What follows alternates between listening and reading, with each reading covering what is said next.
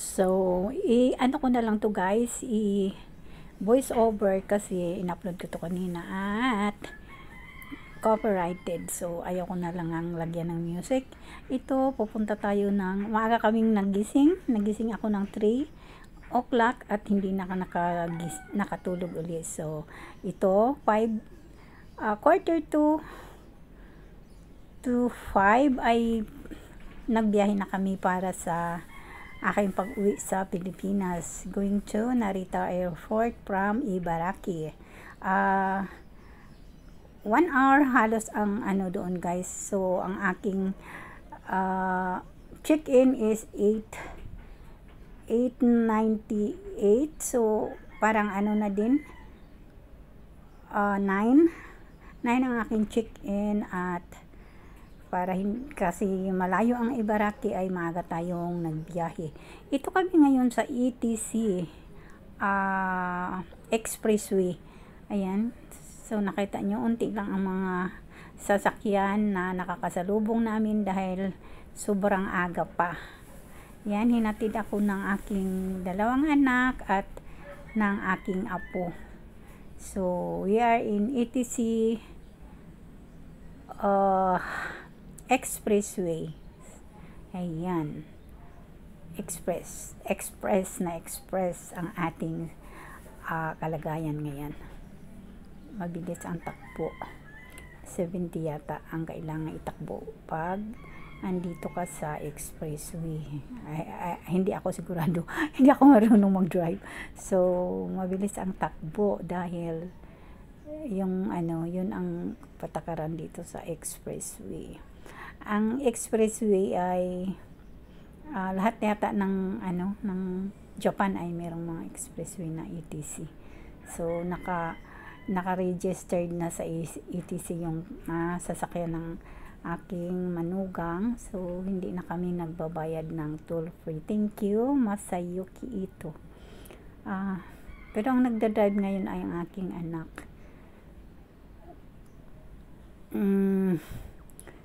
So, ayan. Malayo pa tayo sa ating destination guys, na Narita Airport. Kaya, ayan. Ang aking ibang mga kasama ay tulog. At ako lang ay nag-video. So, ako lang ang tulog at ang nagda-drive. So, yun. Nakaka-capture tayo ng ating view papunta sa Narita International Airport. Ayan, may nakasalubong tayong malaking sasakyan. Delivery yata siya. Ayan, papasok tayo dyan. Ayan, paga na guys. The weather for today in Japan is so mainit dahil dito ngayon ay summer. Iba ang summer nila dito guys. Parang parang hindi ka makahinga sa init. Pero pag nandyan ka sa loob ng bahay, okay lang dahil mag-aircon at saka dito sa sasakyan. Yung nandyan ka sa labas, as in, para kang hindi makahinga sa init. Mas mainit dito sa dito sa Japan ang kanilang summer kaysa dyan sa atin sa Pilipinas. Mainit sa Pilipinas pero windy. May hangin dito, humid, wala masyadong kaya maraming nahi-heat stroke dito guys. So inom ng maraming tubig. So ayun na. Manahimik na ko. Kaso boring ang aking video dahil walang sound. So pagtyagaan na lang nyo guys ang ating video. Yan pala, magkwento na lang ako guys. Dito sa Japan guys, pero masaya naman ako, pero medyo malungkot lang talaga dito dahil wala kang makitang mga tao sa kalsada. Hindi uso dito ang mga may naglalakad, mga kabataan, ganun. Dahil dito ay alas 5 pa lang, may tumutugtog na sa lahat ng party ng Japan may tumutugtog ng musika na mahinahon na musika, yan ganon. At yun na ang signal na ang mga bata sa Pilipinas sa Japan, lahat ng mga bata ay kailangan ng nasa loob ng bahay. So, wala nang bata sa labas ng bahay after 5. So, yung mga galing na lang sa eskwelahan na hindi pa nakarating ng mga panghapon na nagbabike, yun na lang yun sila. Pero ang mga yon ay hindi din sila pwedeng tumambay dahil sila ay naka-uniform at ito ay bawal. Mahuhulihin sila ng pulis. So ayun, ang laki ng pinagkakaiba dito guys, dahil sa atin dito mga bata tumatambay pa, dito sa Japan ay walang batang tambay na galing sa school dahil yan ay bawal. So, from school to bahay lang talaga. Kaya, ayan, may mga activities din sila na mga sport activities. Lahat naman dito may sport activities. Yung apo ko ay dito sa Pilipinas, ang kanyang sport ay badminton, pero sad to say walang badminton club sa kanyang pinapasokang eskwela, so nag track and field na lang siya, at in fairness malakas siya tumakbo.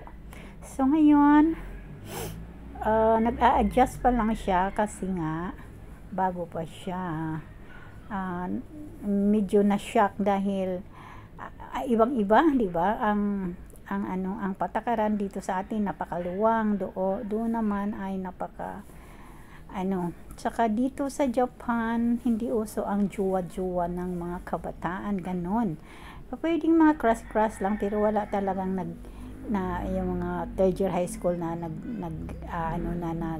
boyfriend girlfriend, wala yan, hindi yan pwede dito. Mashock sila kung may ganon na crush lang. Yan, ganyan. Pero hindi pwedeng mag-boyfriend at mag-girlfriend. So, kaya wala masyado dito guys na mga teenage pregnancy dahil nga ang mga estudyante ay kailangang umuwi sa bahay ng nasa oras. Ang laki ng pinagkakaiba ng kanilang patakaran dito at dito sa atin sa Pinas. So, na-shock medyo ang aking anak, ang aking apo. Hindi lang sa mga kundi pati na din sa eskwela dahil siyempre nihunggo na ang kanilang lesson, so medyo tagilid. Pero okay naman nung first grading, naman siya at naintindihan naman kasi maganda ang kanyang English at ang kanyang math. Ang hirap lang talaga siya sa Nihongo. So, sana sa mga darating pang mga grading period ay makapag-adjust na siya at matutunan na niya pa unti-unti ang kanji. Napakahirap ng kanji. So, na term ng pagsusulat nila. So, wala na akong maikwento, gawa ng nauubusan na. So, kailangan pa rin magkwento si nanay dahil wala akong music. Ilan na ba tayo? 8 minutes pa lang. So, ang dami pa nating kulang. Oh my God, nauubusan na ako. So, ang aking buhay basically sa Japan ay nasa bahay lang dahil sa mga panahon na yun na nandito ako ay weekend lang talaga nandito ang aking mga anak dahil sila ay may kanya-kanyang mga trabaho. But in this August, wala na silang trabaho kaso umuwi naman na ako. Meron silang summer vacation ngayong August, ang mga estudyante at ang mga teachers. So, panahon na sana na makalakwatsa ako, kaso lang, uwi naman din na ako sa Pinas dahil my 3 months in Japan is up. Kailangan nang umuwi tayo sa Pinas. So, long Japan.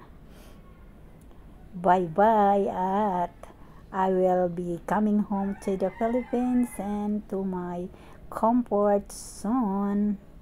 Yan, ganon.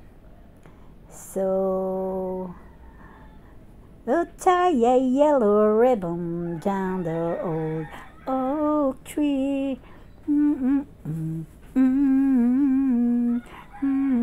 Bye-bye.